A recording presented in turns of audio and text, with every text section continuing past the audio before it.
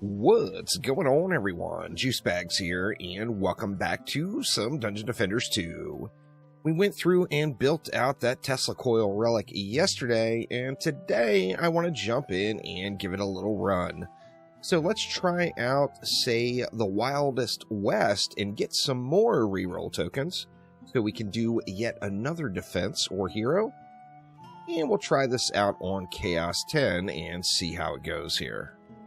Alright, and here we are in the Wildest West. Let's see what we can do. Now, the natural combo, I think, with these Teslas is to pair it together with a water aura. I, of course, am using anti-heal on my water auras with defense rate and defense range. A little more range is the godly roll, and then more range and more range. I didn't know what to put in the third slot, so I just threw destruction in.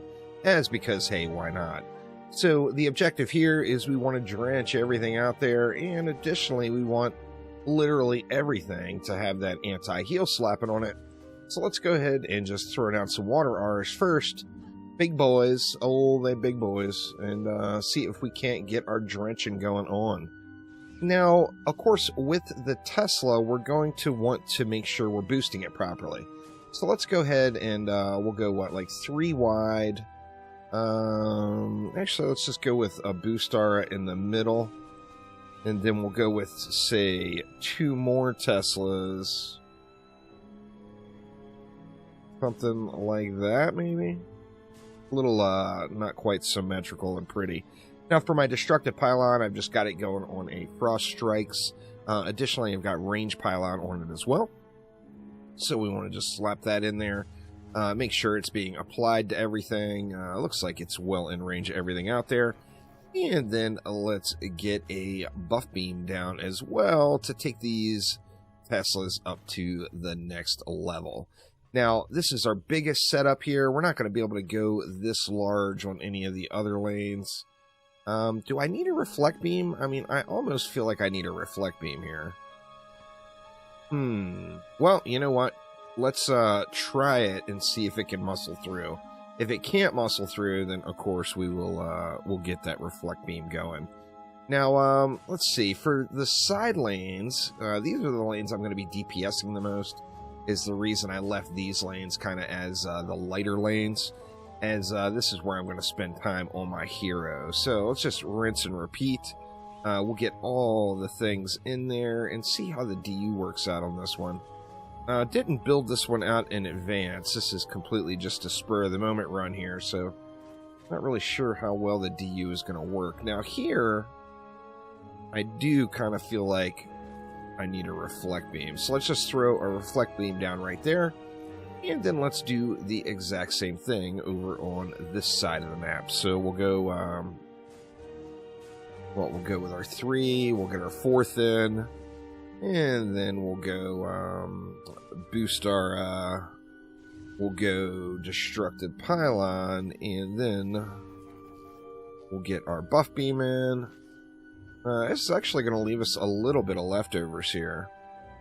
Not sure what we're going to want to do with the leftovers. Just get a little reflect action in like that. We've got, what, 170 left? Which, I mean, what do we want to do with 170? Not really sure. What do we want to do? Well, let's just not even bother. Let's just see if just this will hold it without using the additional 170. And let's see how it goes here. Didn't put any upgrades in. That was probably a little bit of a mistake. Some upgrades, of course, are going to go a long way. Just get a little bit of help in here on this first wave, since I did fail to upgrade it. Actually, it seems like it's doing pretty decent. It's getting through the enemies fairly well. Even the super Zerkers that are making it all the way down the lane are still getting burned before they're at the core. And that's with failing to throw in my upgrades. Let's check out a Chieftain here. Yep, Chieftain as well. No active DPS in here. Let's see, here's a regular Zerk. Our regular Zerk's just going to get slapped. The Chieftains are getting handled quite readily. So no real issues there. I think one of the, it's really, really hard for a lightning tower or Tesla coil to live up to the lightning tower or Tesla coil, or is lightning tower, obviously, in Dungeon Defenders 1. It's such a wonderfully glorious, overpowered beast that it's just really, really hard to live up to that standard. However, I do feel like visually, they did a pretty good job with the lightning effect. It does look nice. Obviously, with the storm damage, we can get the elemental combo in fairly easily just by throwing a little water out there. And the diminishing returns is going to stack up on that so fast. However, we're still able to get it done. So it's doing pretty darn well, blasting through everything. As I mentioned, I failed to upgrade. We didn't use all the DU, and it's still getting it. Now, this is not a like a super high DPS meta defense, so this is not something you're probably going to want to use to try to like push survival or whatever. But handling the easier content like Expeditions or Onslaught, you without a doubt can fit some LTs into the mix, no question. Even on the higher end of Onslaught, they would definitely struggle a little bit with their damage output. But it is a super fun defense. They look cool. They're visually pleasing. They're aesthetically pleasing. They're really pleasing on all regards. So, love me some LT or Tesla Tower. I have to constantly correct myself because I'm just not used to calling it a Tesla.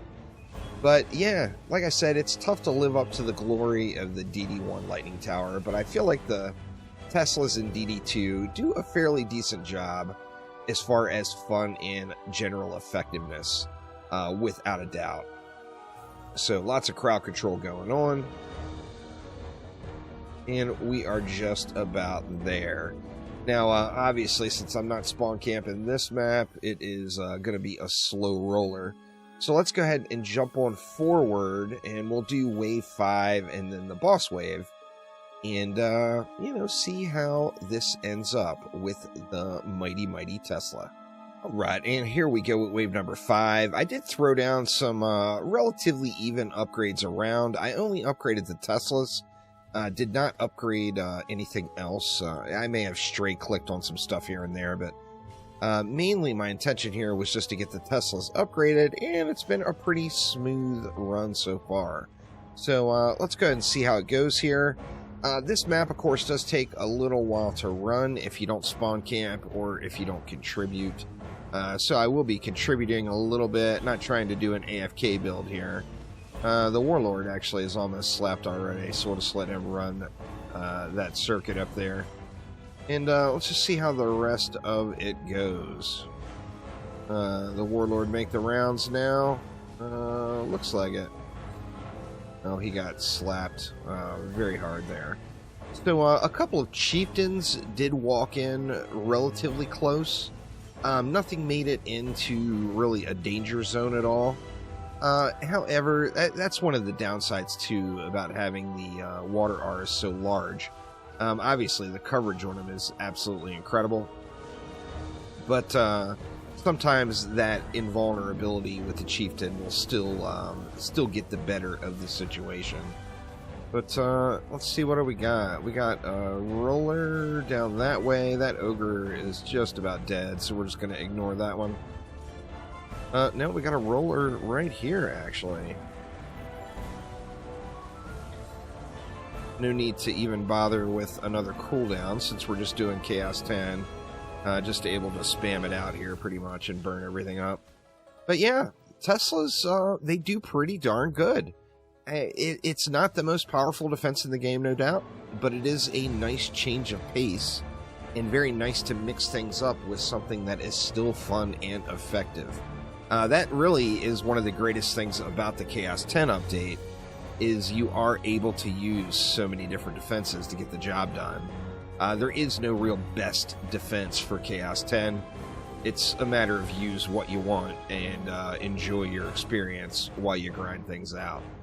So kudos to the team for putting Chaos 10 in a little better shape compared to the other Chaos tiers in regards to the enemies, the challenge, and what defenses you are able to use. See, I mean, he's not healing at all. Now he's kind of out of line of sight a little bit of those LTs. I think he'll still get, yeah, still get handled there, but a couple of those chieftain did walk in like that a little bit, where not really a huge deal, but it does get mildly uncomfortable as far as the minimap goes, that's for sure.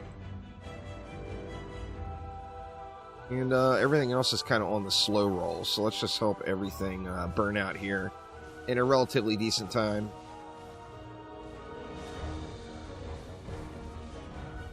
Very nice. We got a bunch of birds over here as well. We got Gribs in the mix. Poor Gribs.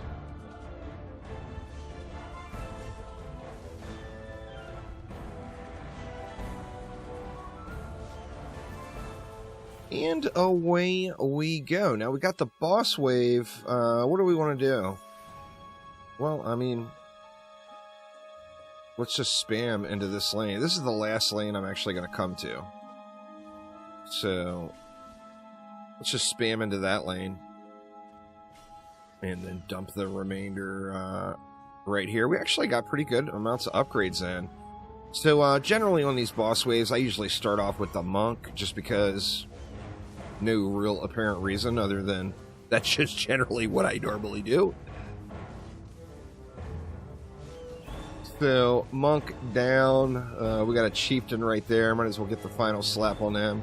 Then normally I will go squire and then apprentice. The huntress, for me, normally dies on its own. We'll have to see how it goes on this run with the LTs. But, like, you know, I usually, when I farm this map, I spam dragons. And the dragons do pretty good. I mean, they shred through all of the final bosses. Looks like we got the apprentice. And yeah, the huntress just died out on her own there. So poor little huntress got no airtime whatsoever. Let's go ahead and check out that incredible snakeskin armor that's about to drop here. Let's see it. Oh, no snakeskin armor. Big boo on that one. But, yeah, anyway. There is the Tesla Tower getting a bit of a test run here in Chaos 10 in the Wildest West. But thank you all so much for watching, and I will see ya next time around. Take it easy.